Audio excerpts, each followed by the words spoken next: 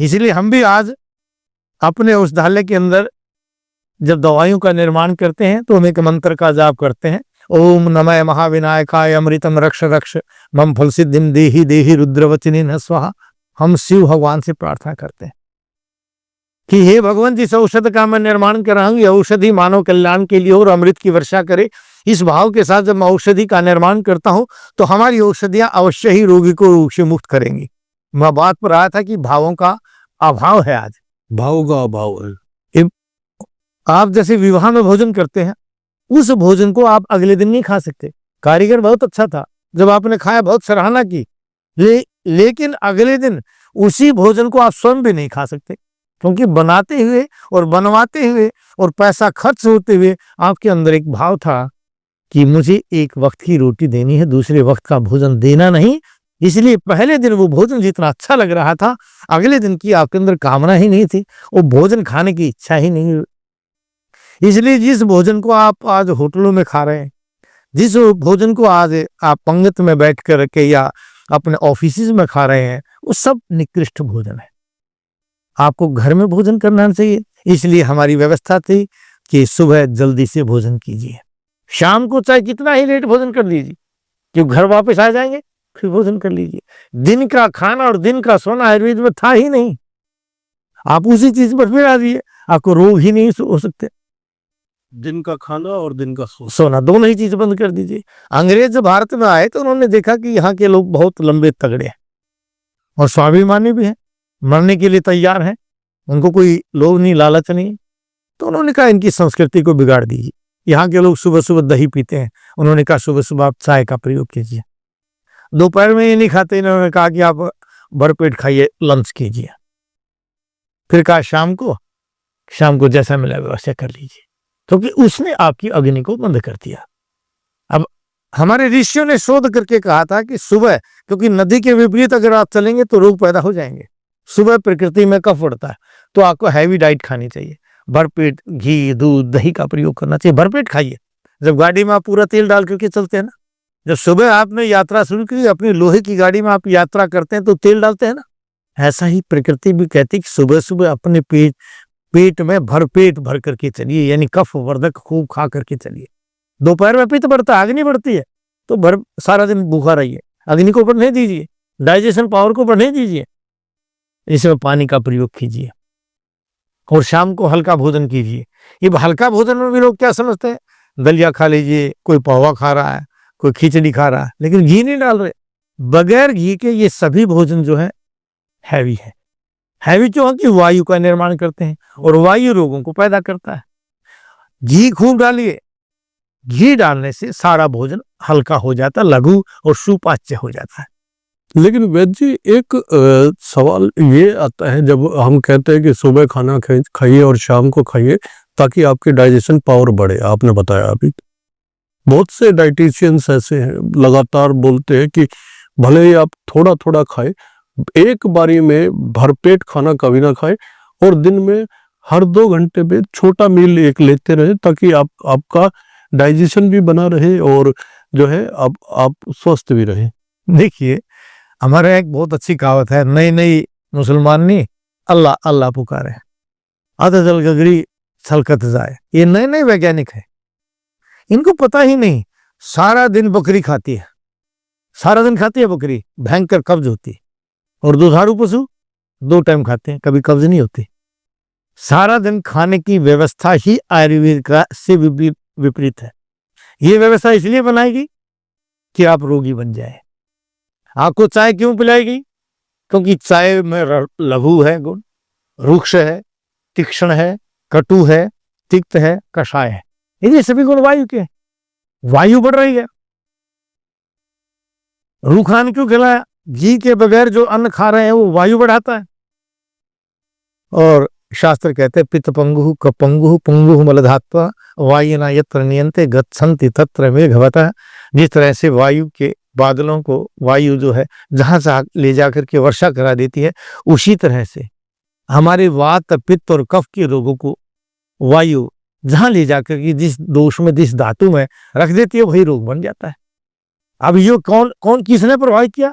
विकृत वायु ने। वायु कहाँ विकृत हुई? आपके चाय पीने से। जो उन्होंने कहा सुबह सुबह ब्रेकफास्ट कीजिए, चाय का प्रयोग कीजिए, कॉफी लीजिए, गर्म पानी पीजिए, जूस लीजिए, सब गलत है।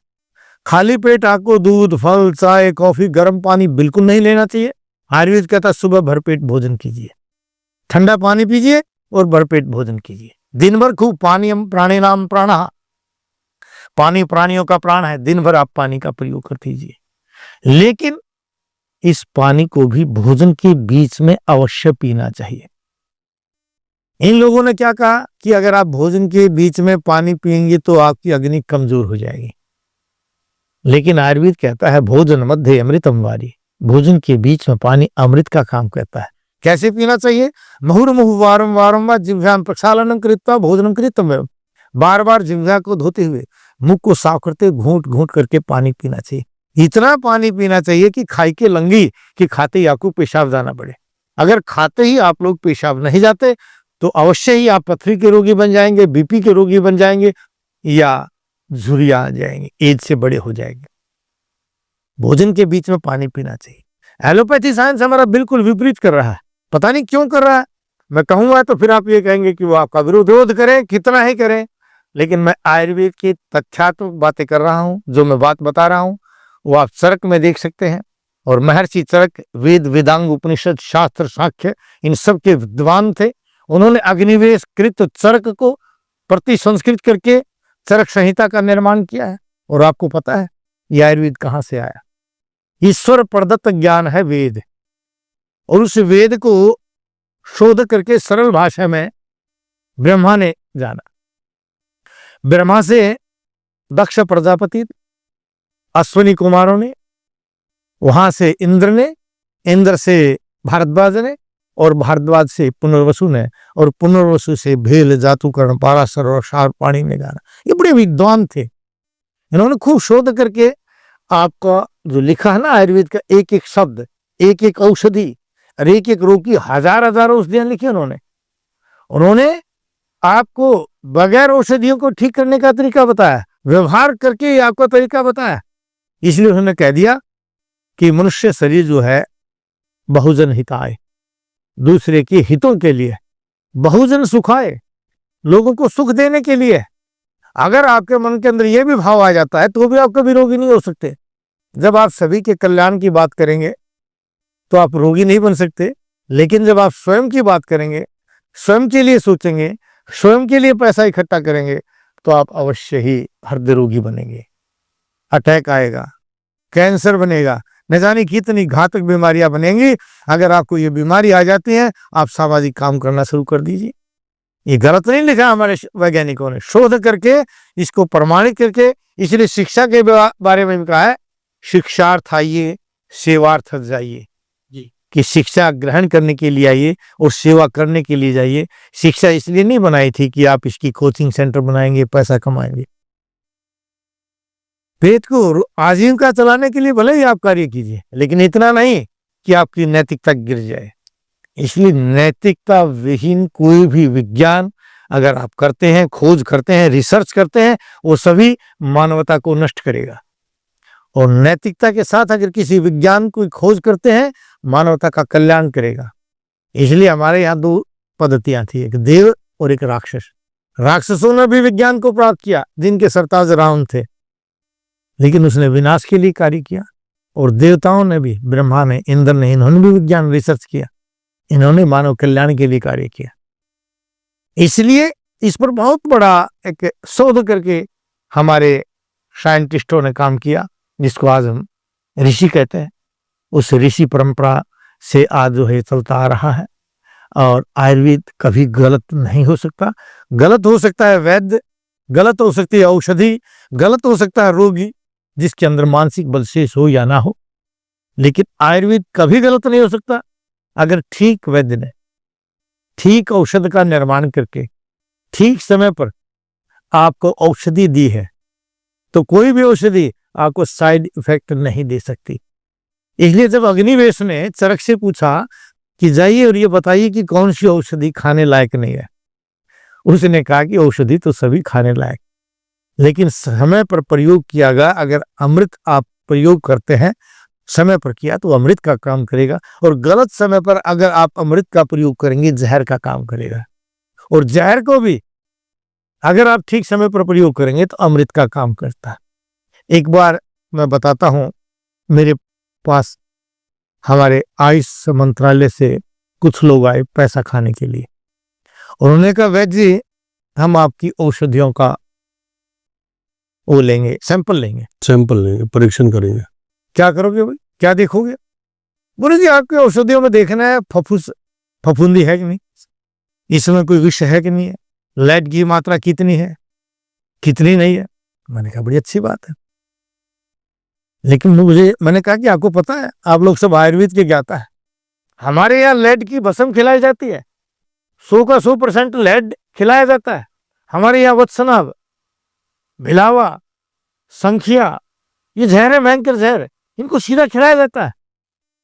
और फफूंदी के द्वारा हमारे यहाँ आशा और अरिष्ट का निर्माण किया जाता है, जो सालों साल चलती हैं, रोगों के और दुखों के हरने का सबसे मुख्य कारण बनता है। तो किसने कहा एक वैद्य अपने ज्ञान के द्वारा ठीक समय पर जब जहर का, वत्सनाभ का प्रयोग करके मैं आपको दूंगा तो आपके बीपी को उसी समय कम कर सकता हूं। अगर आपका बीपी लो हो गया, मैं आपको संख्या का एक रत्ती पर मात्रा खिला करके आपके बीपी को तुरंत ठीक कर सकता हूं। आपके जोड़ों में दर्द है तो भिलावे का प्रयोग करके मैं भयंकर जोड़ों के दर्द को, जिसको आप गठिया कहते हैं, मैं ठीक करता हूं। तो आप क्या कहेंगे उसमें? लगभग 3 घंटे उनकी क्लास चली और आज तक कोई रिजल्ट नहीं आया कि मेरी दवाइयों में क्या था, क्योंकि मेरी दवाइयों में वो था जो मेरे शास्त्र कहते हैं, जिसको मैंने पढ़ा है, मैंने जिया है। मेरी औषधि में वो था जो मेरे भावों के साथ निर्मित किया है। मेरी फार्मेसी में वो चीज थी, मेरे औषधालय में वो चीज थी जो मानव कल्याण के लिए थी, रोगों को हरण करने के लिए थी, जिसको मैं जानता था कि मैंने कब बनाया, कब इसको देना है और किस समय किस रोगी को देना है। मुझे पूर्ण ज्ञान था, इसलिए आज तक उसका रिजल्ट नहीं आया। जब तक आप ये पूर्ण ज्ञान नहीं करेंगे, आप नहीं कह सकते कि रोगी को रोग से मुक्त करें। आपने बड़ी बात कही वैद्य जी की, औषधि कभी जो है खाने लायक ऐसा हो ही नहीं सकता कि ना हो। वैद्य जो है वो गलत हो सकता है, या औषधि देने का तरीका गलत हो सकता है, या मरीज जो है वो या तो मानसिक बल वो खो चुका है। तो यहीं से ये सवाल उठता है वैद्य जी की क्या मानसिक रोगों के लिए भी आयुर्वेद काम करता है? आयुर्वेद तो पहले कहता, जैसा डिप्रेशन भी है, मैं माफी चाहूंगा आपको बीच में रोक रहा हूँ, इसमें डिप्रेशन, अनिद्रा और हाइपरटेंशन जैसी समस्याएं जो आजकल ज्यादा ही। बिल्कुल बिल्कुल। देखिए मैंने पहले ही बताया कि ये शरीर आहारजन्य है, जैसा खाए अन्न वैसा हो मन। अगर मन का यानी अवसाद रोग पैदा हो गया, डिप्रेशन आ गया, नींद नहीं आ रही, तो आयुर्वेद निद्रालु दवाइयां नहीं देता। आयुर्वेद उसका कारण देखता, कारण क्या है। अगर आपको स्ट्रेस है, टेंशन है, उसके कारण नींद नहीं आ रहा, यानी वायु की अधिकता है, पित्त की अधिकता है। वात और पित्त शरीर में जब दिमाग में ज्यादा हो जाते हैं तो नींद गायब हो जाती है, और जब अत्यधिक वात की अधिकता हो जाती है तो उल्टी सीधे बातें करने लग जाता है, शक करने लग जाता है, जिसको आप डिप्रेशन बोलते हैं। ये वात की अधिकता है। और इस वात पित्त को कम करने के लिए मैंने बताया ना, घी जो है सभी दोषों का शमन करता है। इसीलिए हम कहते हैं भोजन में घी खाइए। चलो भोजन में घी नहीं खाया तो अर्जुन आदि घृत गाय के घी में मिलाकर के हम बनाते हैं, जिसका नाम है अर्जुन आदि घृत, गाय के घी में बनाया जाता है।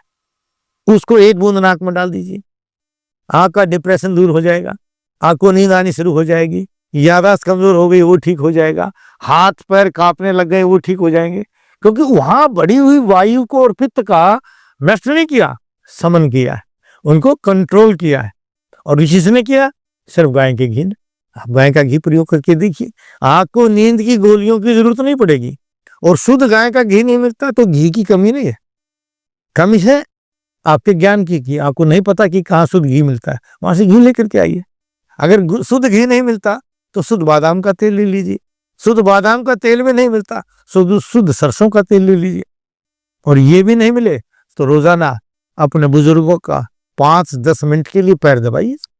शाम के समय अपने बुजुर्गों के जो व्यक्ति 5 या 10 मिनट पैर दबाता है उसको कभी डिप्रेशन हो ही नहीं सकता, क्योंकि डिप्रेशन का कारण है एक व्यक्ति अपने मनोभावों को, मन के अंदर पैदा हुए विकारों को या विचारों को कहीं प्रकट नहीं कर पाता। इसलिए जब 5 मिनट अपने बुजुर्ग के पास बैठेंगे तो साझा करने का समय मिलेगा, आपका वो कारण भी दूर हो गया।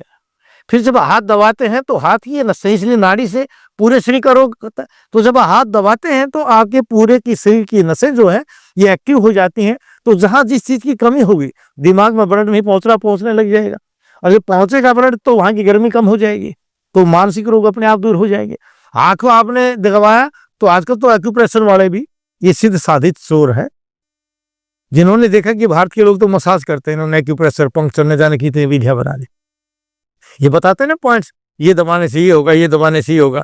तो आपका पूरे शरीर का इलाज, आपके पूरे शरीर का इलाज आपके आसन है ना। जब आपने अपने बुजुर्ग का हाथ दबाया तो आपको एक्यूप्रेशर का इलाज मिला, आपकी नसें खुली। इसलिए मैं कहता हूं कि हमारे यहाँ जो ऋषि थे बड़े साइंटिस्ट थे, शोध करके उसने कहा कि रात को सोते समय अपने बुजुर्गों के पैर अवश्य दबाने चाहिए, सुबह उठते ही उनको पैर छू करके प्रणाम करना चाहिए। और जब वो आप उनको प्रणाम करेंगे तो उनका हाथ आपकी कमर पर आएगा या सिर पर आएगा, तो इससे क्या एनर्जी डाइवर्ट होती है, उससे आंखों का विकास मिलता है। लेकिन मैं एक बार हॉलैंड में था, तो वहां कुछ गोरों का कॉलेज था, उसमें मैं भाषण के लिए गया था। तो वहां कुछ गोरों ने मजाक किया, ही अब ये आदमी वो है जो नमस्ते करते हैं। 86 की बात है। अब ये वो लोग हैं भारतीय जो नमस्ते करते हैं, पैर छूते हैं, मजाक के रूप में कहा। फिर मैंने इसी पर उनको समझाया कि हम नमस्ते क्यों करते हैं, नमस्ते का वैज्ञानिक महत्व क्या है, पैर छूने का वैज्ञानिक महत्व क्या है, हमारी साइंस क्या कहती है। उसके बाद उस कॉलेज की प्रत्येक बच्चे ने मेरे पैर छुए, सबने नमस्ते की। उनकी बात समझ में आई कि जो बात मैं कर रहा हूं वो वेदों की बात है, वो तथ्यात्मक है, वो वैज्ञानिक पक्ष तो आपने बता दिया ना कि पैर दबाने मात्र से ही आपके जो मानसिक अगर कोई विकार है आपके तो वो ठीक हो सकता है। लेकिन बड़ी महत्वपूर्ण बात ये है वैद्य जी की दिनचर्या, जिस तरह से कहा कि आयुर्वेद न केवल एक पद्धति है बल्कि दिनचर्या है। आपने कहा कि सुबह जल्दी उठना चाहिए, भोजन करना चाहिए, हैवी डाइट सुबह ले लेनी चाहिए। लेकिन सुबह जल्दी उठ के आदमी क्या क्या ऐसा करे जो उसका पूरा दिन और आने वाला समय जो है वो स्वस्थ रहे। देखिए, आयुर्वेद ने स्पष्ट लिखा है कि सुबह ब्रह्म मुहूर्त में उठ करके, यानी 4 और 5 के बीच में हमें उठ जाना चाहिए। ब्रह्म मुहूर्त है, सुबह 4 और 5 के बीच में समय जो है ब्रह्म मुहूर्त है। इस समय उठ करके सबसे पहले प्रकृति ने जो आपके अंदर एक मेडिसिन मुख में पैदा की है, बासी पानी पी करके, जो घड़े का पानी है, उस पानी का प्रयोग करना चाहिए, अंदर लेकर के जाना चाहिए। जो आपके शरीर के अंदर जो रोग बनने जा रहे हैं, जो बैक्टीरिया बन गए हैं रोग पैदा करने के लिए, उनको नष्ट करेंगे, क्योंकि आपका इलाज तो आपके अंदर ही प्रकृति ने दिया है। यथांडम तथा ब्रह्मांडम, आपको इलाज की जरूरत नहीं, प्रकृति स्वयं देती है आपको। तो उस पानी को आप पीजिए। उस पानी का प्रभाव क्या होगा, थोड़ा घूमेंगे तो तुरंत आपको मल त्याग की इच्छा होगी, मूत्र त्याग की इच्छा होगी। ये मल और मूत्र दोनों इकट्ठे आपने त्याग किया। जैसे ही मल त्याग करेंगे आपको भूख लगेगी, तो आपको स्नान करना चाहिए। और स्नान भी ताजे पानी से, गर्म पानी से नहीं करना चाहिए। गर्म पानी से स्नान करना चाहिए, गर्म पानी से नहीं, ठंडे पानी से आपको स्नान करना चाहिए। और पहले घुटनों के नीचे पानी डालना चाहिए। यह भी एक वैज्ञानिक है। जब आप घुटनों से नीचे पानी डालेंगे तो हमारे ब्लड का प्रभाव एकदम जो है आपके पैर और सिर सारे शरीर में सर्कुलेट करेगा, शरीर में घूमेगा, तो वो पूरा सर्कल करेगा। तो आपके अंदर जो आंखों की खराबी है, चश्मे चढ़ने वाले लोग वो नहीं बनेंगे, क्योंकि उसी तरफ तो चीज भागेगी ना, ब्लड पैर की तरफ गई। फिर आपने कमर पर पानी डालना है और उसके पश्चात आपने सिर पर पानी डालिए। अंतिम मतलब तीसरी स्टेज पर हमने सिर पर पानी डालना चाहिए। अच्छे से खूब मसल करके नहाना चाहिए। अब मसलने का क्या फायदा है, आजकल आप देखा होगा कि बहुत ज्यादा लोगों को सर्वांग ग्रंथि बन रही, छोटी छोटी गांठें बनती जा रही। आदमी कहते हैं लिम्फ ओडिमा बन गया, मॉडर्न साइंस कहते हैं। वो कहते हैं कि इसका इलाज करो, आप नहाना सिखला दीजिए। आप फव्वारे के नीचे नहा रहे हैं, एक हवा से अपने शरीर को सुखा रहे हैं। तौलिया भी बहुत ही नरम है, लेकिन आयुर्वेद कहता था खूब रगड़ रगड़ के मसाज करके आपकी नसें खुल जाएं, कहीं रुकावट है तो खुल जाए। अपने शरीर से मसाज करते हुए आपको नहाना चाहिए। पूरा शरीर तौलिए से खूब कमर को रगड़ना चाहिए कि आपकी कमर की नसें खुल जाए, हाथ की नसें रगड़ने से खुल जाए, कहीं ब्लॉकेज नहीं होगी, कहीं गांठें नहीं बनेंगी, सर्वांग ग्रंथि नहीं बनेगी। उसके बाद आपको यज्ञ करना चाहिए। यज्ञो वही पुरुष पुराण है। पुराण ने कहा कि यज्ञ ही सबसे श्रेष्ठ है। क्यों कहेगा कि सभी आदमी कहते हैं जिससे परमपिता परमात्मा ने हमें बनाया है, सबसे पहले हमें उसको धन्यवाद देना चाहिए कि हे भगवान, जिस बल और शक्ति के साथ आपने मुझे आज ये दिन दिखाया है, ये दिन जो आज मैं शुरू करने जा रहा हूं, आपकी कृपा से मैं उसके लिए बड़ा धन्यवाद देता हूं। लेकिन धन्यवाद देकर के अगर पहले दिन जो आपने प्रकृति को विकृत किया, उसको शुद्ध करने के लिए, शोधन करने के लिए घी की आहुतियां घी में देनी चाहिए। घी की आहुतियां जब अग्नि में देंगे तो वो घी की आहुति वातावरण को शुद्ध करेगी। प्रकृति के द्वारा, देव के द्वारा, भगवान के द्वारा जो प्रकृति मानव निर्माण के लिए की गई, उस प्रकृति को आपने विकृत किया। उस विकृति को दूर करने के लिए घी की आहुतियां दे करके 1 चम्मच है तो 1 चम्मच, 2 चम्मच, जैसा भी आपका वो भाव है वैसा दे करके यज्ञ कीजिए। उसके पश्चात माता पिता के पैर छुइए।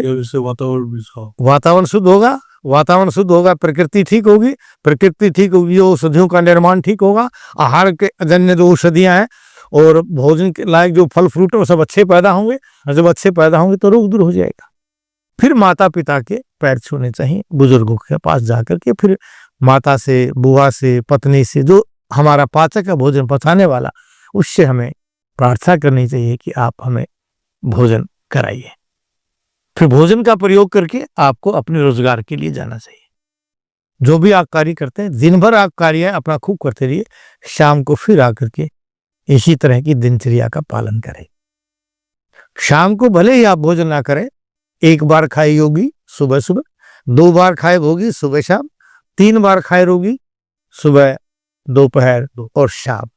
और आपने जो कहा कि आपका डाइटिशियन कहता सारा दिन खाइए, थोड़ा थोड़ा खाइए, सारा दिन खाने वाला महारोगी। एक रोगी है 3 बार खाने वाला, वो बनता है महारोगी। रोगों के घर बन जाएंगे। इसलिए सारा दिन खाने वाले ये लोग, आज ये बड़े रोग हैं, शुगर, हृदय रोग, उदर रोग, चर्म रोग, ये सभी बनते जा रहे हैं। क्योंकि बड़े रोग हैं, कुष्ठ रोग है, बड़े रोग है सारे, इनके आप रोगी बनते जा रहे हैं। क्योंकि आप आधुनिक डाइटिशियन से आप निश्चित कर लिया कि आपकी हाइट इतनी है तो वेट इतना होना चाहिए। आप अगर खूब काम करते हैं, आपके लिए 10 रोटियां भी कम है, और उसने कह दिया कि एक आदमी को 2 से 3 नहीं खाने चाहिए। आप बड़े ताकतवर हैं, लंबे तगड़े हैं, आपका वजन भी ज्यादा मिलेगा। आप खूब एक्सरसाइज करते हैं, आपका वेट भी ज्यादा होगा। महाराणा प्रताप का देख लीजिए कितना वजन था। आज का डाइटिशियन है उसको बताता तो कहता तेरा तो वेट बहुत ज्यादा है, वेट कम कर लीजिए। तो कहाँ जाते महाराणा प्रताप? हमारे यहाँ का भीम को देख लीजिए, हाथी को देख लीजिए, खाने वाला सबके बल अलग अलग है। एक आदमी कैसे तय कर सकता है कि आपकी हाइट के अनुसार वजन होगा? ये सब गलत है। आयुर्वेद कह रहा है देश काल और समय के अनुसार, जिस देश के रहने वाले, जिस काल के, जिस समय के आप भोजन करें, सबकी व्यवस्थाएं अलग अलग हैं, उसके अनुसार आप भोजन करो। जिस भोजन को करके आपकी मन और इंद्रियां प्रसन्न हो, जिस भोजन को करके आपके अंदर, जिस वजन को लेकर के आपके अंदर एनर्जी और स्फूर्ति हो, वही वजन आपके लिए ठीक है, और वही आहार आपके लिए सुखकर है, वही आहार आपके लिए हितकर है। ऋतु अनुसार भोजन। हाँ, ऋतु अनुसार भोजन करो और इच्छा अनुसार। इस भोजन को करके आपको कोई सांस लेने में दिक्कत ना हो, चलने में दिक्कत ना हो, बोलने में दिक्कत ना हो, आप एनर्जी महसूस करें, उतना भोजन करें कीजिए। अच्छा वैद्य जी, आखिर में बड़ा महत्वपूर्ण सवाल ये है कि जो युवा इस पॉडकास्ट को देख रहे हैं और जो ऐसे लोग हैं जो हरदम व्यस्त ही रहते हैं, सुबह से शाम तक उनका दिनचर्या ही ऐसी होती है कि वो रात 12 बजे तक काम कर रहे हैं और सुबह जब उठते हैं तो काम पे ही लग जाते हैं और घर से काम करते करते ही दफ्तर चले जाते हैं।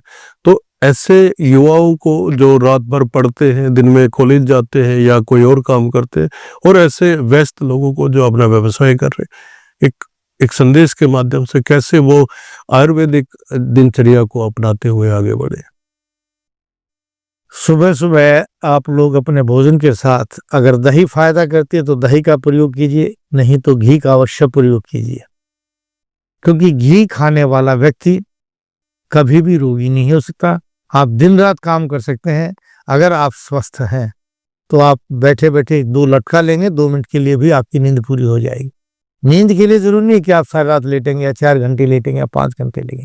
अगर आप स्वस्थ हैं तो बैठे बैठे अगर 2 मिनट के लिए भी, 1 मिनट के लिए भी आपने लटका लिया तो उससे नींद पूरी हो जाए। मतलब 2-4 मिनट की एक नैप अगर ले ले आदमी। बिल्कुल। और सुबह भोजन अवश्य करना है। रात को कुछ करें या ना करें, दिन में पानी अवश्य पीता रहिए जब भी प्यास लगे। और कभी भी अगर मूत्र का वेग है, पेशाब की दाब लगी हुई तो अवश्य जाइए। मल त्याग की इच्छा तो तुरंत जाइए। अधारणीय वेगों को कभी धारण नहीं करना चाहिए और धारणीय वेगों को कभी रोकना नहीं चाहिए। अगर प्यास लगी है तो जरूर प्यासे पानी पीजिए, जितनी प्यास लगे खूब पानी पीते रहिए। और रोग बड़ा नहीं है, कोई भी रोग आपका विनाश नहीं कर सकता। आपका मानसिक बल होना चाहिए। और मैंने बताया कि आपका शरीर जो है वो आहारजन्य है, तो आहार हमेशा अपने विशेष पाचक से, जो आपका हितैषी है, जो आपके लिए चाहे कि 1 रोटी मांगता है 2 दीजिए, 1 चम्मच घी खाता है तो 2 चम्मच खिलाइए, ऐसे पाचक यानी माता पिता, पत्नी, बहन, बुआ, दादी के द्वारा बनाए गए निर्मित भोजन का ही प्रयोग करेंगे तो आपको कभी रोग नहीं आ सकता। अगर आप भटकेंगे तो कहते ना, ज्यादा का भांजा भूखा ही रहता है। तो आप ज्यादा जगह जाएंगे, ज्यादा देखेंगे, ज्यादा सुनेंगे तो रोगी ही रहेंगे, स्वस्थ नहीं रह सकते। आपने जिम में जाकर के सेहत बनाई, बड़ी मसल्स का निर्माण किया, परिणाम क्या हुआ कि आपकी किडनी डैमेज हो गई, नपुंसकता पैदा हो गई। जैसे ही जिम को बंद किया, आंबी की तरह पिचक गए। लेकिन भारत के पहलवानों को देखिए, जो घी खा करके पहलवानी करते थे, वो बुढ़ापे तक लाल रहते थे। इसलिए अपने आपके अपने जीवन को आपने सुखद और समृद्ध बनाना है तो यथांडम तथा ब्रह्मांडम, जैसे आपके पूर्वजों ने किया वैसे कीजिए। और आग को, अगर आग से लड़ना है तो पाश्चात्य संस्कृति जैसा करिए वैसा कीजिए। वो चाहे बिस्कुट खा रहे हैं, ड्रिंक कर रहे हैं, तो आप भी कर लीजिए। ये विनाश का रास्ता है, वो आपके विकास का रास्ता है। भारतीय संस्कृति आपके और आपके जीवन की, आपके राष्ट्र की समृद्धि और विकास का बात करेगी। पाश्चात्य संस्कृति आपके समूल नाश की बात करेगी। देखना आपने है कि भारतीय संस्कृति वेद या आयुर्वेद के अनुसार आपने जीवन जीना है, या पाश्चात्य संस्कृति जिसका सिद्धांत है टकायु धर्म टकायु कर्म टका ही परमम पदम यस्य गहि नास्ति टका, हा टका टक टका टक टक टक टक टक टक। अगर आप पैसे के पीछे घूमेंगे तो आपका न रिश्ता रहेगा न शरीर रहेगा। और अगर आप भारतीय संस्कृति आयुर्वेद वेद के अनुसार चलेंगे, घर भी अपना होगा, स्वास्थ्य भी अपना होगा, शरीर भी अपना होगा और जीवन का आनंद भी आपका अपना होगा। कोई बाहर से खरीदने की आवश्यकता नहीं पड़ेगी। जय भारत, जय भारती।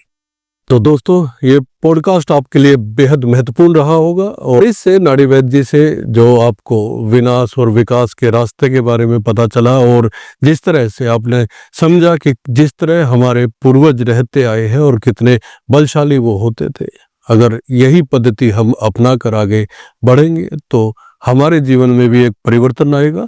और आयुर्वेद एक ऐसी पद्धति है जो भारतीय है, स्वदेशी है और इसको अपनाने में कम से कम मुझे नहीं लगता कि किसी तरह की कोई हिचक या शर्म होनी चाहिए। तो अगर आपको आयुर्वेद को लेकर कुछ और भी सवाल है, कुछ और जानना है, अपने रोगों को लेकर बात करनी है या अपनी मानसिक स्थिति को लेकर बात करनी है, निश्चित तौर पे आप नाड़ी वैद्य जी से संपर्क कर सकते हैं और जब आप बात करेंगे तो समाधान भी मिलेगा। बहुत बहुत धन्यवाद। नमस्कार। धन्यवाद।